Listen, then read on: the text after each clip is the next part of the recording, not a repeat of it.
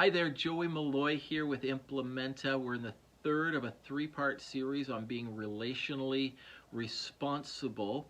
If you haven't yet, please take advantage and reach out to me personally, info@implementa.ca. I'd love to hear what's going on in your ministry. Have a virtual coffee, share some stories. If I can be of any encouragement, that would be my honor. And of course, I'd love to be able to pray with you and the students that God's calling you to minister to. In this series, Relationally Responsible People, we're looking at characteristics of what it means to be relationally responsible. In our first session, we saw that relationally responsible people foundationally pray with and for their students. And remember, we distinguished between praying proactively and reactively, both very important. A relationally responsible person connects regularly. And although we're in the middle of a pandemic, and it's a lot more challenging, we need to be creative and we need to be determined in reaching out to our students on a regular basis. And the third thing we saw is that relationally responsible people reach out personally. They know their students. They know their names at least, and they know things about their personal lives that show and honor the student, that you care about them as an individual. In the session number 2, we looked at 3 other characteristics of a relationally responsible person. 1 or 4, we saw that relationally responsible people are very purposeful. They understand, as does the student, that the primary role of the relationship or the purpose of the relationship is that of being able to help the student grow in their spiritual walk. We saw that a relationally responsible person pays attention and notices when things aren't quite right and things are changing slightly, and perhaps is able to cut off any kind of potential dangers that might be on the way in a student's life.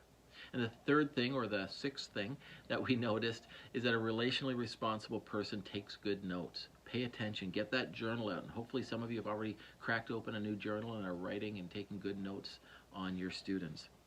Well, in this last session, I want to look at 3 other things that relationally responsible people are. And by no means are these 9 things like the exhaustive list of what relationally responsible people do. If you have other ones you'd like to suggest, by all means, please shoot me a note, let me know, type it in the comments here. I'd love to add some more if I'm missing some, or if you have some that you think would add to this session. So, 3 things today. Relationally responsible people show up, they celebrate, and they're responsible. First one, or 7th one, relationally responsible people show up.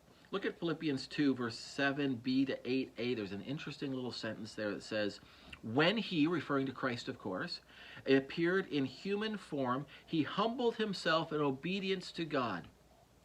In other words, Jesus showed up. He came. And lost in all of who Jesus is and his incarnation and his life and his death and his resurrection and his ascension and all that he is for us, don't lose sight of the fact that he simply showed up. And I sometimes imagine, sort of in the boardroom of the Trinity, the conversation going something like, what are we going to do? I gave them creation. They messed it up. I gave them the laws. They couldn't keep it. I tried and I tried and I tried and I tried, and they're just not getting it. What are we going to do to solve this sin problem? And Jesus saying, I'm not sure exactly, but I'm willing to go. Now, obviously, it didn't quite work out that way, or it probably didn't sound quite like that. But I imagine Jesus kind of stepping up and saying, I'm the Son. I will go fix it. Tell me what to do, I'm there. And then, of course, he did. And sometimes there's a pastoral principle that we call just showing up. Sometimes it's just a matter of showing up, and being there is enough. I remember one time years ago, a student in my youth group, his grandmother had died. And I didn't know much about the student. I knew his name, and I knew enough to know where the funeral was. I had heard that he was going to be reading a tribute to his grandmother at the funeral. So in my mind, it triggered that he must have really felt quite close to his grandma. I figured out somehow, I believe the Holy Spirit guided me, that it was important enough that I show up to this funeral. So I got there a little bit late, walked in the back, and I got there just as he was getting up to give his little tribute. And he gave his tribute, did a fine job. And then he sat down, and then I stayed for a few more minutes, then I left because, truthfully, I was going to somewhere else and probably too busy that day. But anyway, I was there for that moment.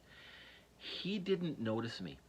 And again, I like to think that, when I show up, people will notice and they'll be happy, that kind of thing. And he read his speech, and in his pain and sorrow, he didn't notice that his youth pastor was standing at the back trying to encourage him.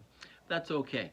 A few days later, we saw each other at the youth group, and I walked up to him. I said, "Hey, man, I was at the funeral. You did a great job with your speech." And he just looked at me like, "What? You were there?" And that look on his face of, and I don't know what he was thinking beforehand. He probably wasn't thinking a whole lot about me and whether I would be there or not. But the positive response when he realized you actually were there was priceless.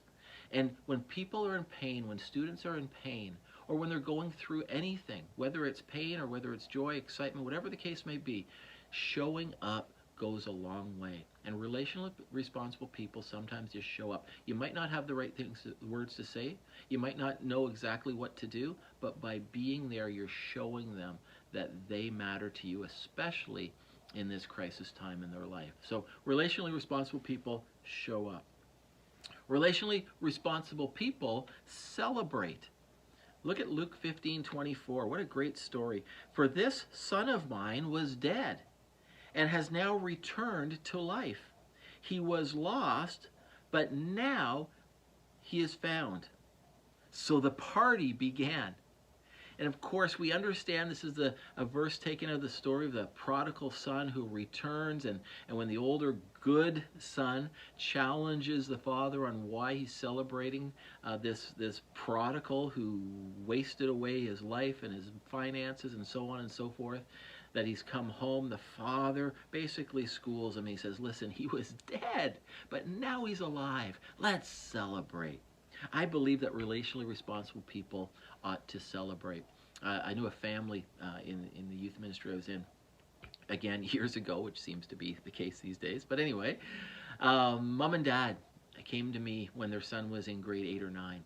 "Pastor Joey, our son's not walking with the Lord. Would you pray with us for him?" I prayed with them, and I thought that was kind of it. They kept coming back, almost weekly, certainly monthly, every time. "Would you take the time to pray with us for our son? He needs the Lord, he needs the Lord, he needs the Lord." Now, I happened to start to get to know a friend of his son who came to youth group, and I said, "What's going on with this guy?" And he said, "Well, I mean, it will take a miracle because he wants nothing to do with God. He doesn't believe in him. He's living a life that is completely opposed to him, but I'm his friend, and I'm trying to invite him out to things and reach out." First year university, 5-6 years since the first time we started praying for this boy. I get a text on the way to church, and it's from the young man. He says, "Can I meet you in your office between services?" We met together, him and his dad, and I had the privilege of leading him into a relationship with Christ. Awesome time. Dad's crying, son's crying, mom's crying, everybody's crying. It's just a wonderful time. We're celebrating. It's awesome. A couple weeks go by, I get an email invitation to a party. Mom and dad had decided they're going to have a party for their son because their son had come home. You see, I thought this was pretty cool. So I show up, and I'm a youth pastor. I'm expecting, cardboard pizza and some no-name pop and a few cheap streamers, and that would be a party. I get there. They had put out, as if the Queen was coming, formal dishes, fancy foods. People were dressed up. Of course, as usual, I found myself underdressed for the occasion. But I walked into this thing, and they didn't leave anything undone. They just put it all out there, and the place was full of people. All the people in their son's life who had been praying for him and who had been encouraging him were there to celebrate that their son had come home. We live in a world that celebrates a lot of things. Soccer trophies, hockey trophies, plays, marks at school, scholarships, you name it. High scores in video games, whatever the case may be. We celebrate a lot of things that, while are important, are not nearly as important as the spiritual milestones in people's lives. Celebrate those things. Be there at the baptisms. Be there when they make their decisions. Be there when they're doing things that are having their spiritual life grow. Be there to celebrate with your students. And the last thing is that relationally responsible people are responsible. And all I really want to say here is go after students relationally. Be determined, be creative, do everything you can do, but make sure you're doing it within the confines of the rules that your church has laid out for you. Look at Colossians 3:23. Work willingly at whatever you do as though you were working for the Lord rather than for people. And really what Paul is saying here is he's saying work hard for the Lord, but play by the rules. Okay? And you need to know the rules. A lot of people use Plan to Protect or similar types of curriculum that helps us understand how to properly interact with minors and so forth. Know the rules, play within the rules, honor your church board or your senior pastor, whoever it is that's putting these rules together. Honor them by playing by the rules they've set out. Don't let that deter you from relating to students and going after them, but make sure you do it properly. And that way you honor the Lord, you honor the people, the spiritual authorities that you're under, and quite frankly, you keep yourself safe and you keep the students safe from possible dangers. So relationally responsible people do a whole lot of things, but they do it responsibly. And I want to kind of leave you with that. Well, that brings us to the end of our Relationally Responsible series. Hopefully you've gotten something out of that. Like I say, if there's other relationally responsible characteristics that I might have missed or that you think would be a good idea, let me know. Write them in, get a hold of me. I'd love to add another session if we can come up with some more.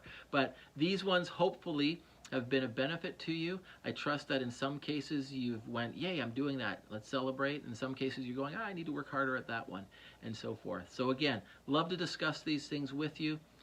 Drop me a note, let's grab a virtual coffee, and I'll look forward to that.